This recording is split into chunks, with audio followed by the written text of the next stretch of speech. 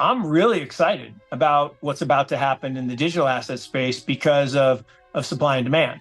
Yeah. Right? We got the Bitcoin ETF, which is going to be approved. BlackRock's going to get approved. That approval is going to unlock $30 trillion of assets in financial advisors who are not allowed to buy digital assets. And if their clients say, I want 10 basis points, that's 30 billion. If they say, I want 100 basis points, 1%, which is not even a lot, that's 300 billion. Bitcoin trades about 100 billion on average. About 600 billion is mostly hodled. So if 300 billion comes in on 100 billion of free float, that's a big move.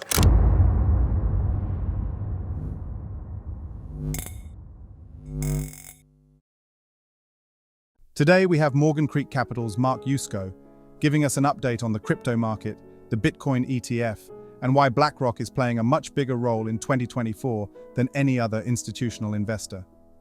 Yusko believes that the coming bull run will be unlike anything we've seen in recent history. The SEC's imminent approval of the BlackRock Bitcoin ETF application is signaling a massive surge of capital about to come into the space. Bitcoin is currently sitting above $37,000, up over 100% year to date. We've seen many rapid cryptocurrency price rises in the last few weeks, and no doubt investors are eagerly anticipating at least one ETF approval, which will bring massive capital pouring into crypto. Yusko points out that just 1% of BlackRock's portfolio will open this floodgate to the tune of hundreds of billions of dollars in institutional capital. When this happens, he says we'll witness a 400% increase in Bitcoin alone, targeting a $150,000 price in just 6 months' time. The Bitcoin halving coincides with the timeline for this price, so we could see the biggest crypto surge yet in just a matter of months. Let's get right into the latest interview with Mark Yusko as he gives us his crypto price predictions and timeline for Bitcoin and what we can expect in the days and weeks ahead.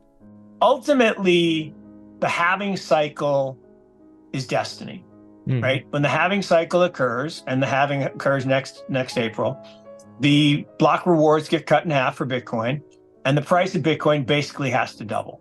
Right. So, well, why does it have to double? Well, if it didn't, then the miners would all go out of business, and we can't have the miners all go out of business. So it's kind of a built-in mechanism for increasing the price. Well, why does that matter? Well, an increasing price attracts activity, attracts notice. And so the more money that gets converted from fiat into Bitcoin, then some of it trickles down to the other parts of the ecosystem. And it's, rising tide lifts all boats. Yep. So fair value of BTC today, somewhere in the low 50s, according to the, Tim Peterson model, based on Metcalfe's law, which I think is the best model out there. Let's round it to 50 to be conservative. That doubles to 100 in April, May next year. We shoot right through fair value in these, crypto falls. That we're in crypto summer now till next June. Then we go to crypto fall from June to June following the halving. Then we go to another crypto winter, but that's a long time from now. But in crypto fall, on average, we've rallied about 2.5 times fair value. I don't think that happens this time. I think partly the law of large numbers, partly not as much leverage in the system. So, do we get 1.5, 1.75, 150, 175, maybe we could get to 200K. I'm going to take the 150 number. Seems like a logical place for us to be sometime in 2024. Technology is evolving, and digital technology is here to stay, and blockchains replace trust with truth. Truth is better than trust. And the banking industry has relied on trust for 800 years. They've had a good run. It's coming to an end. It won't end tomorrow, but ultimately, we can all be our own bank. We can own our own assets. We can own our own identity, our sovereignty. And we can actually, look, the key word in the white paper is peer-to-peer, right? Hyphenated. Or 3 words, if you want to call it 3 words, or 2 words, peer-to-peer. But the reality is that's the key. What does that mean? It just means that I can send you value without an intermediary. Right. Right now, you have to have a bank account. I have to have a bank account. I send you a wire or a Venmo or something. And that's the funny thing about fintech.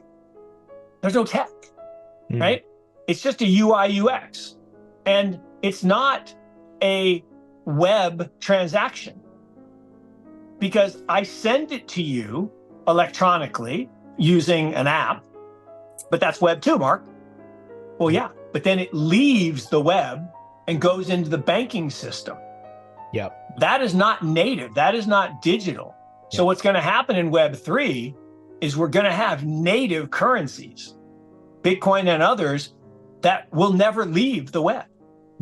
That transaction that you and I do will stay resident, or I'll be in my car being driven because, we won't drive, and it'll pull into the charging station. I won't get out of the car and put a card in a slot and have it call, literally use a phone line or an internet line to call a bank and approve the charge. Right. That will not happen. The car will access a wallet and pay the machine. That will all happen on chain, on the web. Embracing an unyielding enthusiasm for the crypto realm, Yusko confidently predicts that explosive growth is looming on the horizon, as BlackRock and many other crypto giants are doing just that. Yusko reassures that a long-expected surge awaits, leading up to the highly anticipated 2024 halving event for Bitcoin. 2024 is the big year. And look, I've been talking about this for 6 years.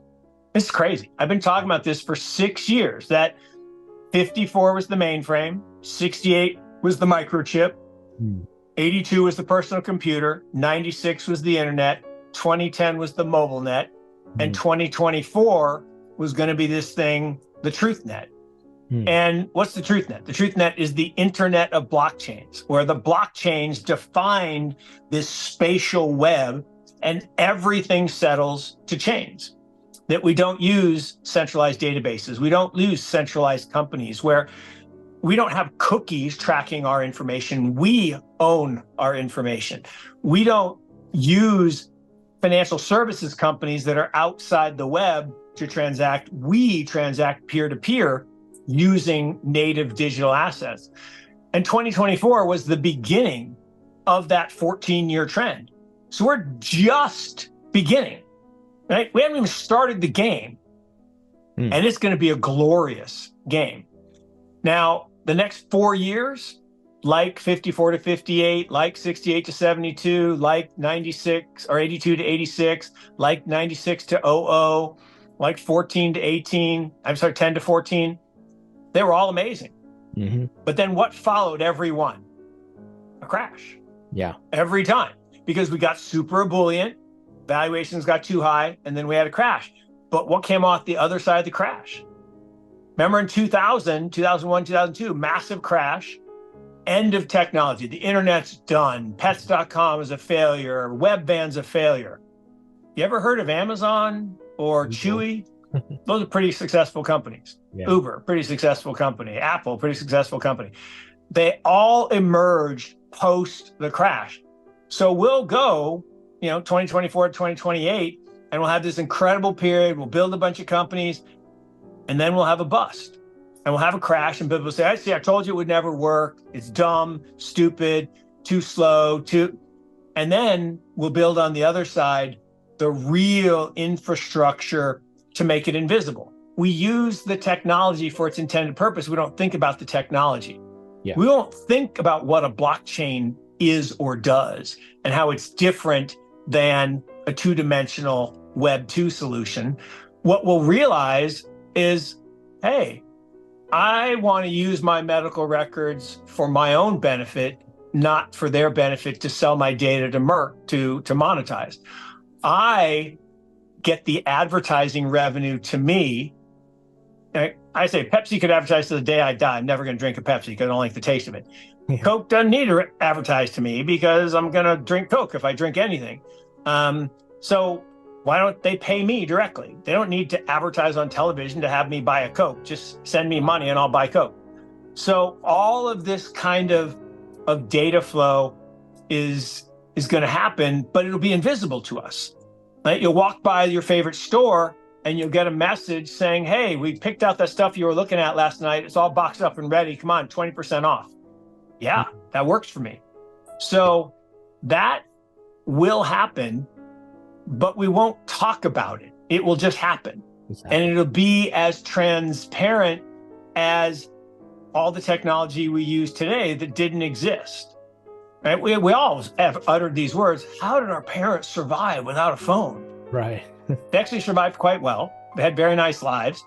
And my dad still doesn't have an ATM card, literally. Because he's like, I can just go to the bank and get the money. Like, why would you do that? Why would you walk in a building and ask a person for money and just use a card?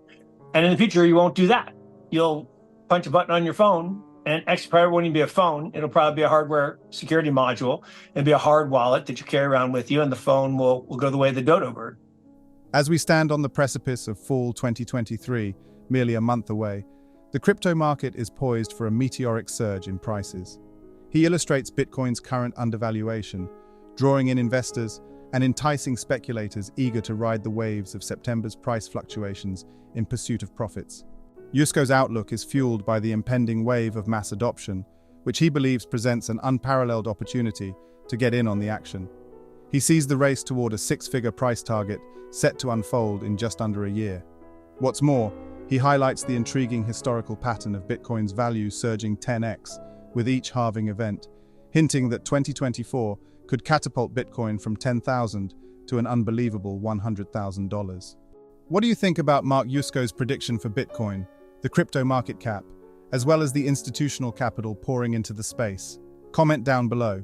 Thanks so much for watching. Don't forget to hit the like button and subscribe for more content just like this. We'll see you in the next video.